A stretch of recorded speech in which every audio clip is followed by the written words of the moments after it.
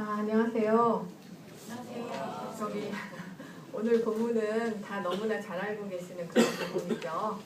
그리고 들을 때마다 너무나 좋은 그런 본문이죠. 그래서 이 본문 굉장히 은혜로운데 이제 저는 이거를 시간이라는 거하고 이제 연결시켜서 오늘 한번 생각해 보려고요.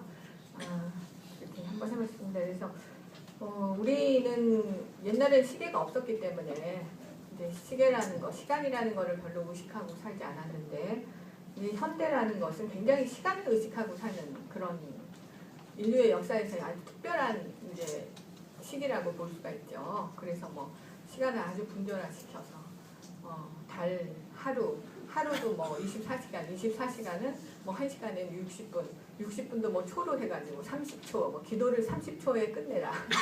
이딴 이야기 참 많이 하잖아요. 그리고 방송사 같은 데서도 생방송 30초에 한 번씩 채널이 돌아간다. 이런 거 같은 것들. 그래서 시간이라는 걸 굉장히 의식하고 사는 시대가 이제 현대라고 볼 수가 있고요. 그러면서 우리는 시간이라는 거는 우리 굉장히 잘 알아. 이거는 물이나 공기처럼 대단히 자명한 거라고 생각하면서 막 스케줄도 짜고 그러잖아요.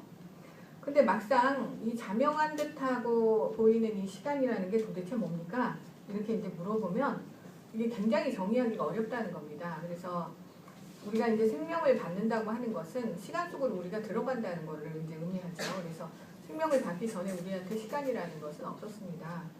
그래서 우리가 생명을 받았다는 것은 과거에서 미래로 흘러가는 이 시간의 흐름, 그 한복판에 이제 우리가 서게 된다는 그런 의미가 되겠죠. 그래서 우리가 이제는 시간을 밖에 서서 이렇게 바라보면서 시간이 때로는 저렇게 천천히 때로는 저렇게 급박하게 흘러서 사라지는구나 라고 간주할 수 있는 우리 외부에서 존재하는 이제 어떤 게 아니라는 겁니다. 그래서 시간이 우리 삶이 움직이는 궤도가 되고 우리가 이제 이 시간 밖으로 빠져나오려면 어떻게 해야 되느냐, 그건 죽어야 가능하다는 거죠. 근데 이렇게 이제 시간이 갖는 불가사의한 힘의 하나는 그것이 우리 손 안에서 끊임없이 빠져나가서 사라진다라고 하는 거. 그리고 한 번 사라지면 다시는 돌아오지 않는다는 이 시간의 불가역성. 그러니까 되돌아가서 되돌이킬 수 없다는 이런 이야기죠. 그래서 우리가 과거에 어떤 시간으로 되돌아가서 다시 한번 새로 살아보는 거. 이거는 간절한 염원일 수도 있지만 정말 불가능한 것이죠. 그래서 이제 어떤 초로의 그 부인이 있었는데 굉장히 이분 새아이의 어머님이시면서 자기도 고등학교 선생님이셔서 매우 바빴어요. 그래서 매일 자기 거 포함해서 4개의 도시락을 싸는 이제 그런 생활을 했는데 어느 날은 이 당뇨의 합병증을 앓고 있던 남편이 이제 말기 판정을 받아가지고 11개월간 굉장히 힘겨운 투병 생활을 하다가 이제 돌아가셨어요. 그러니까는 보통 이렇게 사람이 이제 돌아가시면 그 유품을 정리하죠. 그래서 책이라든가 레코드, 난초, 화분 이런 거 다 정리하고 마지막에는 이제 집도 이사하잖아요. 추억이 있는 그곳이 이제 힘이 들어서 그래서 이런 거 다 했는데 이제 마지막 남은 게 주민등록증이었답니다. 그래서 이러면 이거 동사무소에 반환하는가 봐요. 전 몰랐는데요. 그래서 이거를 막 손수건에다가 소중하게 싸가지고 이제 동사무소 찾아갔는데 반환할 때는 그 사람의 그 마지막 삶의 흔적도 이제 소멸되는 거잖아요. 그래서 굉장히 눈물이 나왔다고. 동사무소 직원도 그런 사람들 종종 보는가 봐요. 그래서 아무 말도 하지 않고 처리해줬다. 근데 이제 돌아오는 길에는 이렇게 갈 걸 11개월밖에 안 될 줄 알았으면 조금 더 잘 해줄 텐데 그놈의 본죽집에서 호박죽 사다 주지 말고 내가 직접 한번 끓여줬을 걸 이런 등등의 이제 여러 가지 생각들 충분히 돌봐주지 못했다는 자책이 물려왔다는 거죠. 근데 아무리 후회를 하고 눈물을 흘려도 이거는 회한이 깊어질 뿐이지 시간을 되돌이킬 수는 없는 거죠. 그래서 제 아무리 돈이 많고 무소불위의 권력을 가졌다 해도 시간이 흘러가는 것을 억지로 막을 수도 되돌릴 수도 없구나. 요즘은 이제 막 이런 거 그거 뭐라 그러지? 팔자주름 피는 수술 이런 게 있어요. 이렇게 잡아당겨서 하고 그런다고 하더라고요. 근데 이제 그런 거를 해버리면요. 웃을 때 굉장히 얼굴이 어색해지고 무서워지죠. 되돌이킬 수 없다라는 것을 이제 굉장히 느낄 수 있게 해줍니다. 그런데 어쨌든 간에 그래서 과거는 이제 이렇게 불가역적인 시간 속에서 우리가 이미 살아낸 시간 그리고 지나간 시간을 말합니다. 그래서 과거의 시간은 이미 흘러가 버렸기 때문에 그것은 우리의 시간이 아닌 거죠. 그거는 기억으로 존재할 뿐입니다. 그래서 좋게는 아름다운 추억의 기억이고 나쁘게는 후회라든가 회한 자책의 기억인 거죠. 근데 그럼에도 불구하고 우리 주위에는 이러한 과거의 회한이라든가 자책 혹은 추억을 붙들고 사는 사람들이 많이 있습니다. 근데 그거는 사실은 과거라는 기억의 감옥에 갇혀서 오늘을 살지 못하고 있다고 말할 수가 있겠죠. 근데 또 그런가 하면 우리는 미래에 굉장히 거대한 목표를 설정하고 그것을 달성하기 위해서 오늘의 삶을 저당잡히고 살 때도 많이 있습니다. 예를 들어서 시간의 비밀과 삶의 비밀을 다룬 그 미하엘 엔데라는 사람의 모모라는 소설이 있었죠. 이거는 그 삼순이에서 이제 애인들끼리 서로 모모를 사갖고 주고받고 뭐 삼식이하고 그런 그 드라마에서도 나와서 굉장히 유명해졌는데요. 그래서 이제 여기서 모모에서 그 미하엘 엔데는 미래를 위해서 오늘의 삶을 잃어버린 삶의 모습은 어떤 건가를 이제 푸디씨라고 하는 이발사를 통해서 이렇게 보여주고 있습니다. 좀 인용을 해보면 이렇습니다. 그 푸디씨는요 유명한 굉장한 그 헤어 디자이너라고 말할 정도의 유명한 그런 이발사는 아니었는데 어쨌든 마을에서 나름대로 존경을 받고 있는 그런 사람이었습니다. 그래서 중심가에 작은 이발소를 하나 가지고 견습생을 한 사람 두고 있는 그런 정도였죠. 근데 어느 한가한 날에 이발소 문 앞에 서서 이렇게 빗줄기를 바라보면서 문득 내 인생이 가위질 소리, 잡담, 비누거품 따위에 파묻혀서 덧없이 흘러가는구나. 굉장히 공연이 슬퍼집니다. 근데 이제 사실 푸디씨가 평소에 잡담을 싫어했던 것이 아니었습니다. 오히려 자기의 그 견해를 장황하게 늘어놓고 사람들의 이야기를 들어보고 이러는 걸 되게 좋아했어요. 그리고 일하는 것도 굉장히 즐거워해서 나름대로 자기 솜씨에 자부심을 가지고 있었습니다. 특히 그 면도에 대해서는 자기가 굉장한 일가견이 있다. 이렇게 자부심을 가지고 있었는데요. 근데 문득 그 사람에게 내 자신이 그 모든 것이 굉장히 초라하고 아무 의미가 없구나 이런 생각이 이제 들이닥쳤다는 겁니다. 그래서 이제 그 상념이 꼬리를 물어요. 이제까지 살면서 이룬 게 뭐지? 내 인생은 아주 실패작이야. 난 누구지? 고작 보잘것없는 마을의 이발사이잖아. 내가 죽고 나면 나라는 사람은 이 세상에 아예 없었던 거나 마찬가지가 될 거야. 이게 현재 내 모습이야. 제대로 된 인생을 다시 살 수만 있다면 전혀 다른 사람이 될 수 있었을 텐데 근데 제대로 된 인생을 살아야 하려면 시간이 있어야 되는데 일을 하려면 도대체 시간이 없어. 이제 막 이렇게 생각을 하는 거죠. 근데 사실은 푸디씨가 그렇다면 제대로 된 인생이 어떤 것인지 확실한 그림이 있었냐 하면은 그렇지도 않았습니다. 그거는 그냥 막연히 뭐 신문 잡지 뭐 이런 데서 나오는 것처럼 뭔가 중요한 거, 뭔가 화려한 것 그래서 사람들에게 막 대접을 받는 그런 것이었을 거다라고 상상을 할 뿐이었습니다. 근데 이제 그런 순간에 잿빛 고급 승용차가 소리 없이 미끄러져서 이 이발소 앞에 멈췄습니다. 그리고 회색 정장을 입은 신사 하나가 가게로 들어옵니다. 그러면서 푸디씨에게 말을 걸어요. 푸디씨, 당신은 지금까지 쓸데없는 일에 시간을 쓰며 인생을 낭비했네요. 지금부터라도 시간을 아껴서 우리 은행에 저축을 하세요. 우리에게 시간을 오래 맡기면 맡길수록 이자가 불어나서 더 많은 시간을 나중에 차량하실 수가 있습니다. 저축을 시작한 지 40년이 되면 저축한 시간에 256배나 되는 시간을 찾아서 마음대로 쓰실 수가 있고요.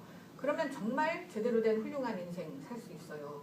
이렇게 이제 말을 하니까 푸디씨는 어떻게 하면 시간을 저축할 수 있는지 물어봅니다. 그러니까 그 신사는 일을 더 빨리 하고 불필요한 부분을 모두 생략하세요.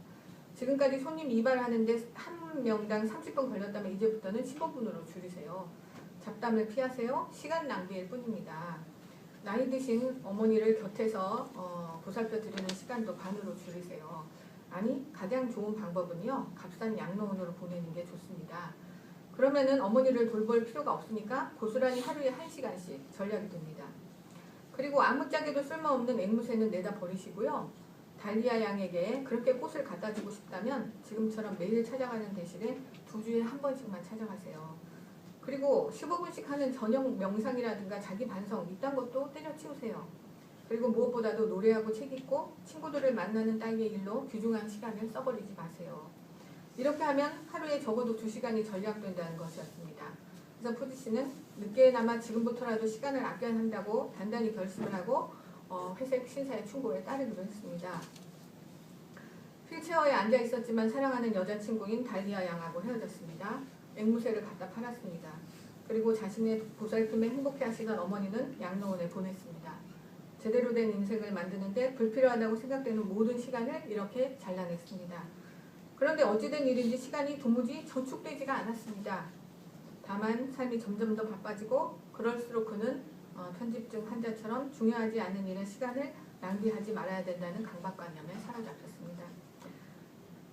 이렇게 해보니까 결과적으로 그의 삶은 생기를 잃고 몸이 건조해졌습니다. 왜냐하면 어제도 오늘도 내일도 매일매일이 똑같다는 권태감. 그럼에도 불구하고 아직도 그가 꿈꾸는 화려하게 대접받는 제대로 된 인생이 오지 않았다는 초조감 속에서 그는 시들어갔습니다. 살아있다는 실감이 없어졌고요. 삶을 함께 나눌 가족과 친구가 없어졌습니다. 그리고 열심히 일했지만 그 노동을 통해 누군가를 기쁘게 해주었다는 보람이 없어졌습니다. 그의 인생에는 늘 피곤함과 황량함만이 가득했습니다. 그리고 사방이 고요해지는 정적의 시간이 되면 내가 삶 자체를 아주 잃어버리고 말을 것이 아닌가라고 하는 불안이 엄습해 왔습니다.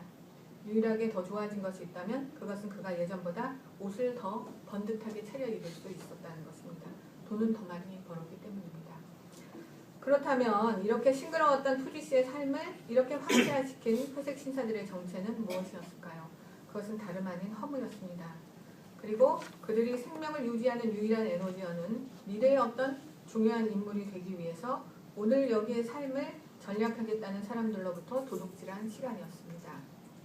그들은 시간과 더불어서 인간에게 참으로 사는 기쁨, 즉 마음과 생명을 함께 훔쳐갔던 것입니다. 사실 푸지씨와 같이 미래를 위해서 우리의 삶을 완전히 잃어버린 사람들이 우리 주위에는 많이 있습니다. 예를 들어서 취직을 하면, 시험에 합격하면, 내 집이 마련되면, 내가 지금 앓고 있는 이 병이 완전히 다 나으면 그때부터 나의 삶은 비로소 시작되는 거야. 그때가 오기 전까지는 나는 살아도 사는 것이 아니야. 그것이 이루어지고 나서야 나는 진짜 사는 거야. 그리고 그때가 되면 정말 행복할 거야 라고 생각하면서 말입니다. 그렇다면 목표를 이룰 때까지의 삶이 도대체 무엇이었다고 할 수 있을까요? 그때까지 삶은 삶이 아니란 말입니까? 혹은 삶은 정지되는 것일까요? 또한 목표가 이루어지고 나면 행복이 과연 보장되는 것일까요? 행복은 잠시뿐이고 우리가 다 살아봐서 알지만요. 그 다음에 목표를 향해 달려가야 하는 거죠. 그리고 끝도 없이 차례차례로 제시되는 목표 때문에 현재를 저당 잡힌 삶에 지쳐서 푸지씨와 같이 삶 자체를 아주 잃어버리고 마는 공허함과 허무감만이 엄습해 온다면 어떻게 되는 것일까요? 인간이 참으로 살 수 있는 시간은 과거도 미래도 아니고 오직 현재일 뿐입니다. 그런데 시간이라고 하는 관점에서 보면 이 현재라고 하는 시간은요. 시간의 흐름 속에서 과거와 미래가 만나는 접점에서 섬광과 같은 불꽃의 형태로 존재합니다. 그렇기 때문에 눈뜬 채로 과거나 미래에 의해서 현재는 도둑질 당하기 십상입니다. 그렇다면 현재를 산다는 것이 무슨 의미일까요? 그것은 현재라는 시간을 산다는 의미가 결코 아닙니다. 사실 시간의 길이라는 측면에서 보면 현재란 거의 없는 것이나 마찬가지입니다. 그렇다면 현재를 산다 라고 했을 때 거기서 그것은 진정한 현실에서 살기 라는 의미라고 할 수 있겠습니다. 혹은 진정한 현실에 늘 깨어있자 라는 의미가 될 것입니다. 그러한 의미에서 늘 깨어 지금 여기를 산다는 독특한 삶의 방식을 현재를 산다고 말할 수 있겠죠. 그래서 이거는 모든 종교에서 말하는 어떤 영적인 태도라고 말할 수가 있습니다. 그렇다면 늘 깨어서 지금 여기를 산다. 진정한 현재에서 살기라고 하는 것이 어떻게 하면 가능할 것인가. 이게 이제 좀 참 어려운 거잖아요. 그래서 모든 종교가 이것을 위해서 또 굉장한 수행을 가지고 있죠. 그래서 이거는 뭐 한마디로 말하면 과거를 지금 여기로 끌어들이는 것을 자르는 것, 그리고 미래를 지금 여기로 끌어들이는 것을 잘라내는 것에서부터 출발한다. 이렇게 볼 수가 있겠습니다. 그래서 이거 어떻게 잘릴 것인가. 여기에는 물론 구체적인 매뉴얼이 없죠. 이거는 뭐 각자가 수행을 해서 가야 할 길인데요. 멀고도 먼 길인데요. 그러나 몇 가지의 지침은 이야기해주는 것들이 있었습니다. 그래서 제가 그걸 좀 정리해봤습니다. 우선 먼저 우리가 통제할 수 있는 것과 없는 것을 구별하라는 것입니다. 그래서 우리가 한번 생각해 보자는 거죠. 그러면 우리가 과연 무엇을 통제할 수 있고 무엇을 통제할 수 없을까? 이것을 구별하는 것이 깨어있는 것의 시작이라는 것입니다. 근데 생각해보면 금방 알 수 있는 게 실은 우리가 통제할 수 있는 게 정말 별로 없다는 겁니다. 제가 한번 생각을 해봤어요. 오늘 점심에 샌드위치 먹을 것인가? 김밥 먹을 것인가? 육개장 먹을 것인가? 아니면 제대로 밥을 먹을 것인가? 그리고 누구와 먹을 것인가? 혼자 조용히 먹을 것인가? 아니면은 오늘 내가 뭐 어느 책을 읽을 것인가? 어디까지만 읽을 것인가? 뭐 이딴 것 정도. 겨우 이거라는 겁니다. 그 외의 것들, 우리의 과거와 미래, 어떠한 기억도 우리는 통제할 수가 없다는 거죠. 그 기억에서 나오는 모든 것들을. 그리고 가족관계에서 예를 들어서 부모는 자식을 통제하고 싶어 하죠. 그러나 결코 통제할 수 없습니다. 자식을 낳아 길러보면 아십니다, 여러분. 모르는 사람들이 있어요. 여기 결혼 안 하신 분들 모르는데 한번 결혼해서 길러보십시오. 결코 통제 못한다는 거 알 수 있죠. 그리고 자식도 부모를 통제 못합니다. 그리고 또 부부싸움이 나는 거는 남편은 아내를 통제하려고 합니다. 몇 시에 들어와, 누구를 만나, 뭐 이거를 먹어, 이게 몸에 더 좋다더라, 등등에서부터 시작해서 당신이 나에게 마음의 벽을 쌓지 마. 그럼 내가 잔소리 안 할게. 남편은 끊임없이 또 아내를 통제하려고 그러죠. 내가 왜 너한테 마음의 벽을 쌓겠어? 네가 끊임없이 잔소리하기 때문에 그래. 응? 이러한 모든 것들. 또 우리 아직 미혼인 사람들은 여자친구는 남자친구를 통제하고 싶고 남친은 여친을 통제하고 싶고요. 그런데 통제할 수 있냔 말이죠. 냉정히 멈춰서서 생각해봤을 때 우리는 결코 통제할 수가 없습니다. 그래서 저도 제 자신을 참 봤어요. 내가 통제할 수 있는 거에 대해서는 나는 통제 안 하고 살더라고요. 예를 들어서 내가 한 학기에 논문을 몇 편 쓸 것인가. 한 2편 정도 쓰면은 그래도 체면은 유지해요. 근데 3편 정도 쓰면 학교에서 굉장히 잘한다고 이야기하거든요. 그래가지고 요즘 막 그게 성적으로도 나와요. 스페셜 A, B, C, D 이렇게 해갖고 논문 많이 쓴 사람, 우수교수 막 이래갖고.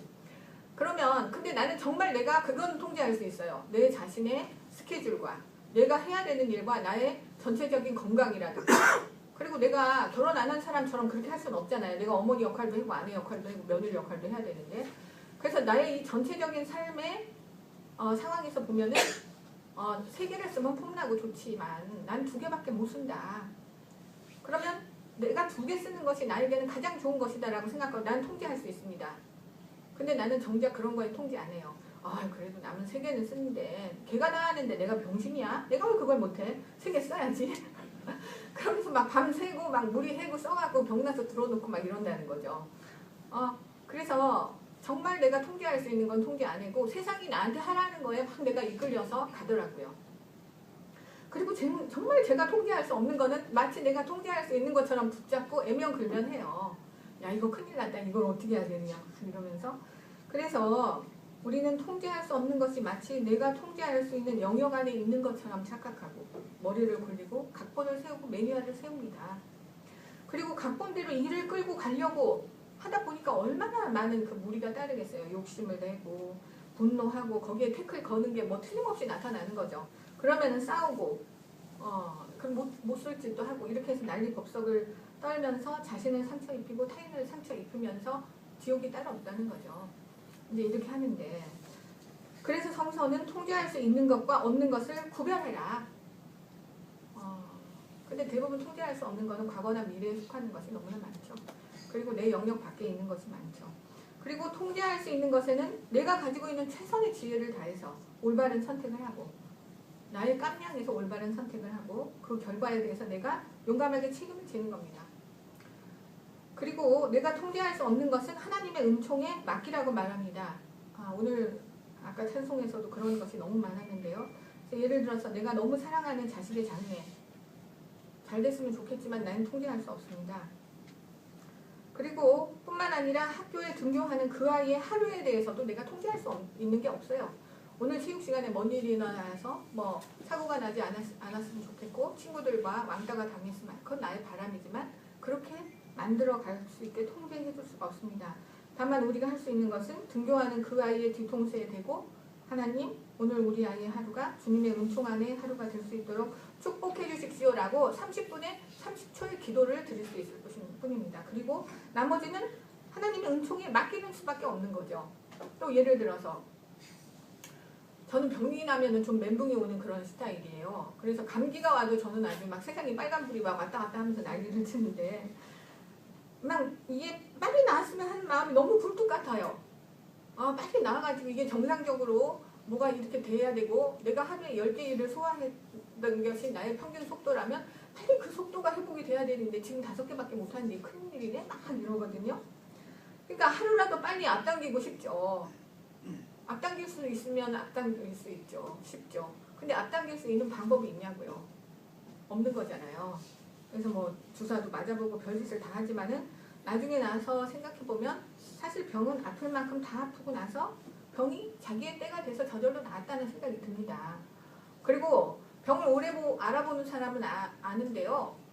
무슨 치료 방법이 효과적이어서 병이 나섰는지 사실은 몰라요. 너무나 많은 치료를 했기 때문에 그 중에 어떤 것이 맞아떨어져서 나았는지 모릅니다.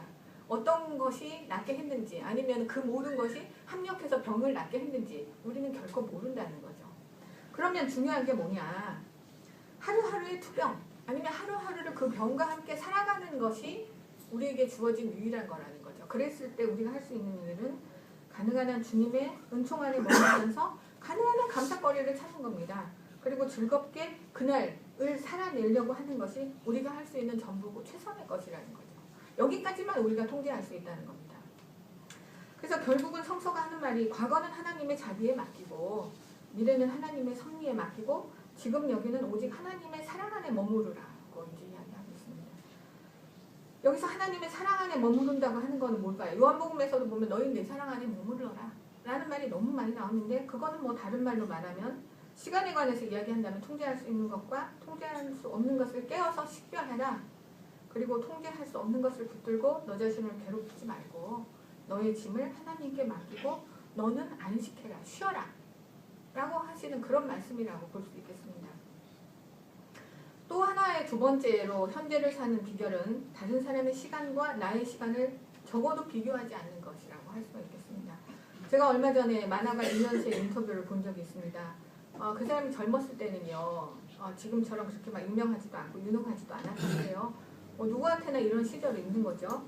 그래서 그때 제일 뭐가 힘들었습니까? 이렇게 물었더니 자기는 밤을 새워서 죽어라 열심히 만화를 그려왔는데 자기보다 잘 그리는 사람이 있더라는 거예요.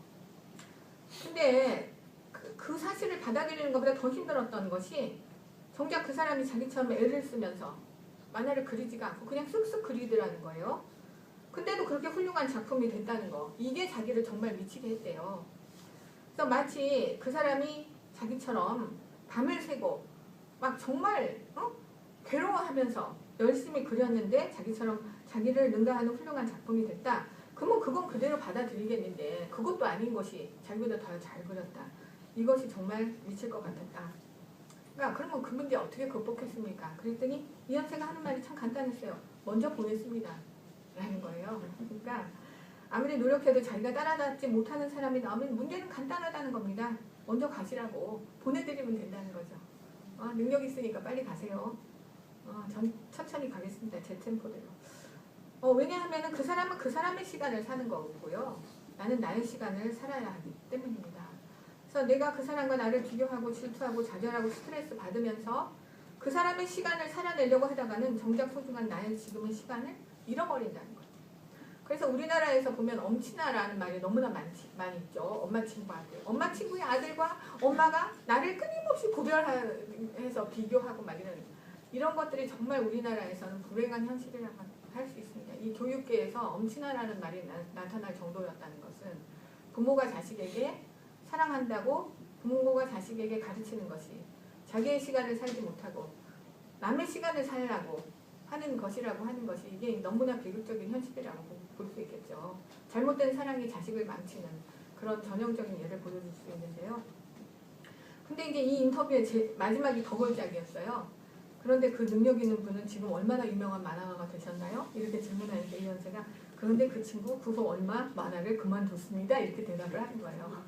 이런 일이 인생에 또 종종 있습니다. 그래서 무슨 일을 끝까지 한다는 것은 그것을 얼마나 빨리 잘하느냐가 결정하기보다는 그것을 얼마나 내가 사랑하고 보람을 느끼고 열정을 가지고 있느냐가 어떠한 일을 끝까지 하게 하는 진정한 원동력이 되는 경우.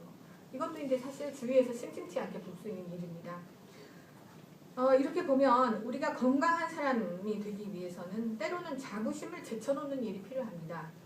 실제로 사람이 언제나 자기 자신에 대해서 자부심을 느낄 수는 없어요. 내가 제일 잘했다, 내가 최고다, 뭐 나는 완벽하다, 이런 식의 자부심을 느끼는 사람은요, 이거는 자기의 멘탈에 뭔가 고장이 났다고 봐야 되는 겁니다. 오히려요.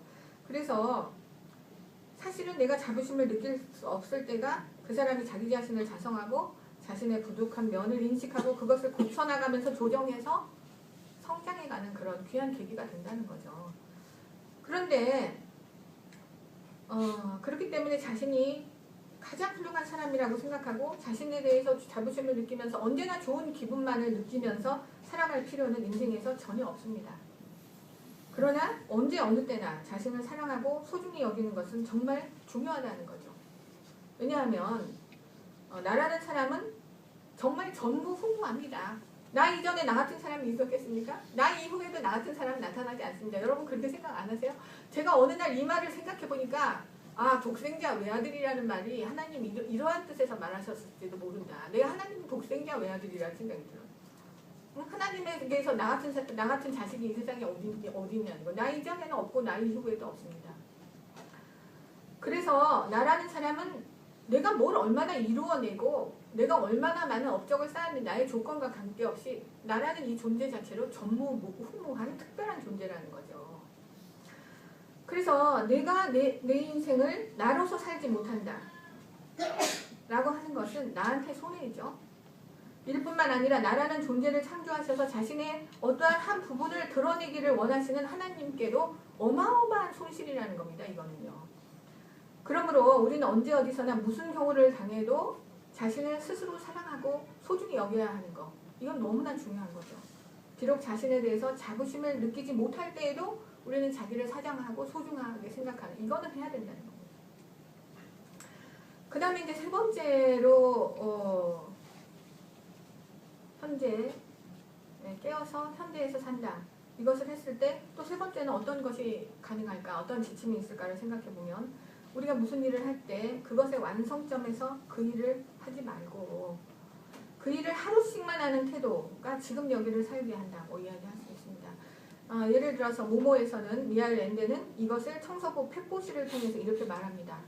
이분은 골목길을 청소하는 청소부예요. 그래서 누구보다 일찍 일어나서 긴 골목길을 청소를 합니다.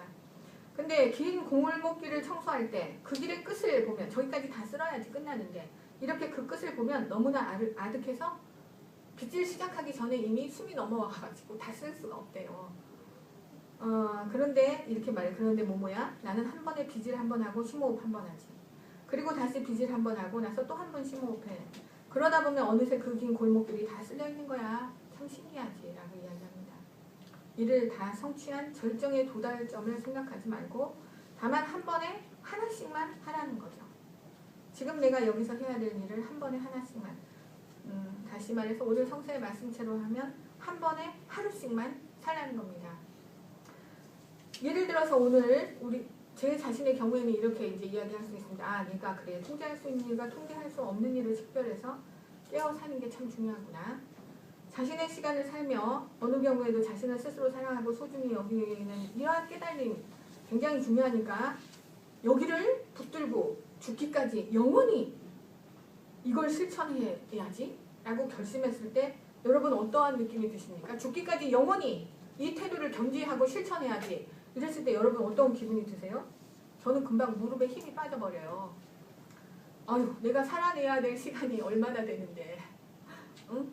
요즘 평균 수명이 85살이라는데 이런 식으로 계산하면 내가 이런 식의 태도를 향후 몇십 년을 유지해야 되는데 이거 참 큰일이구나. 이렇게 할 수 있을까? 이런 생각이 들고 또 진짜로 결심해봐요. 근데 그 다음 순간에 바로 보면 내가 통제할 수 없는 거를 붙잡고 고민하고 씨름하면서 또 그걸 미망이라고도 할 수 있죠. 그 미망에서 헤매고 있는 저를 발견해요. 그리고 타인의 시간을 내 시간인 것처럼 생각하면서 비교하고 경쟁하고 있는 제 자신을 발견해요. 내가 그렇게 깨닫고 그렇게 살지 말자고 결심했는데 또 도루묵이었네? 이렇게 생각해버리면 굉장히 절망감이 들 때가 있어요. 이 아득한 시간의 무게, 살아내야 될 시간이 너무나 많은데 큰일 났구나. 내 역량으로 이걸 할 수가 없는데 이거 어떡하지? 그리고 굉장히 자기의 혐오라든가 절망에 빠지는 거죠. 근데 이것도 가만히 생각해 보면 영원히 어떤 것을 견지하려고 하는 이 태도야말로 미래를 내 현재에 끌고 오는 태도라는 거죠. 영원히, 절대로, 결단코 이러한 말들이 유한한 인간에게는 있을 수 없는 말이라는 겁니다. 인간은 이런 말을 결코 할 수 없는 존재인 거죠. 그래서 이 통제할 수 없는 미래를 나 자신의 의지의 영역으로 끌고 와서 마치 내가 통제할 수 있는 것처럼 미래를 보장할 수 없는 유한한 존재인 내가 내 자신에게 신적인 의지를 강요함으로써 부당한 책임감을 지우는 어리석은 행동이라는 걸 우리가 알 수가 있죠. 그래서 성경에서 하나님이 우리 체질을 아신다고 말씀하시잖아요. 시편에서 계속해서 말하는 것이 하나님 내 체질을 아신다. 내가 진흙이고 먼지이고 티끌이라는 걸 아신다. 그 말은 뭐냐면 하나님이 내가 시간의 주인이 되지 못하는 유한한 존재라고 하는 나의 하나님 유한성과 피조성을 아신다. 그래서 하나님 나한테 뭐라고 하냐면 영원히 올바르게 살아라. 뭐 이렇게 말씀하지 않으시고 네가 그것을 깨달았을 때 그 한 번에 하루씩만 살라고 하십니다. 나머지 짐은 내가 져주겠다. 완성은 내가 한다. 그 모든 걸 하나님한테 맡기라는 거죠. 하루에 한 번에 하루씩만 살려라. 그래서 오늘 하루 그렇게 살면 예를 들어서 내가 오늘 남편을 통제하지 않겠다. 남편한테 매뉴얼만 만들어주고 윽박지르고 싸우고 그러지 않겠다. 자식에게 그렇게 하고 하지 않겠다. 요거 내가 했으면 오늘 하루만 그렇게 살으라는 겁니다. 그러면 그게 모이면 한 달이 되고 한 달이 모이면 1년이 되고 그런 그 날들이 매일 모이면 평생이 될 수도 있다는 거죠. 한 번에 하루씩만 살라고 하시는 거 이게 우리의 체질을 아시는 시간의 주인이신 하나님이 우리에게 주시는 엄청난 은총이고 축복이다. 제가 그런 생각이 들었습니다. 그래서 저는 이제 가능하면 거창한 목표를 세우고 영원히 절대로 기필코 라든가 결단코 꼭 뭐 이딴 말을 하려고 했을 때마다 제가 멈춰서서 아니야 나는 그런 거창한 목표를 세우지 않고 살 수 있게 하나님이 나를 허락하셨어.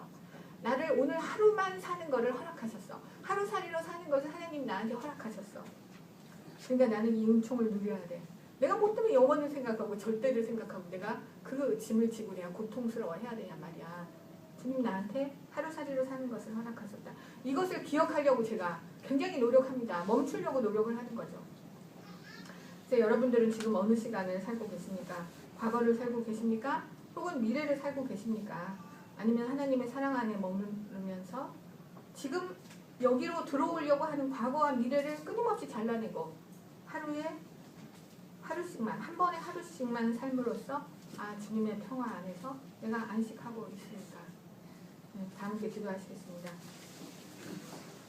시간의 주인이신 하나님 우리의 과거를 당신의 자비에 맡기고 우리의 미래를 당신의 섭리에 맡겨드립니다.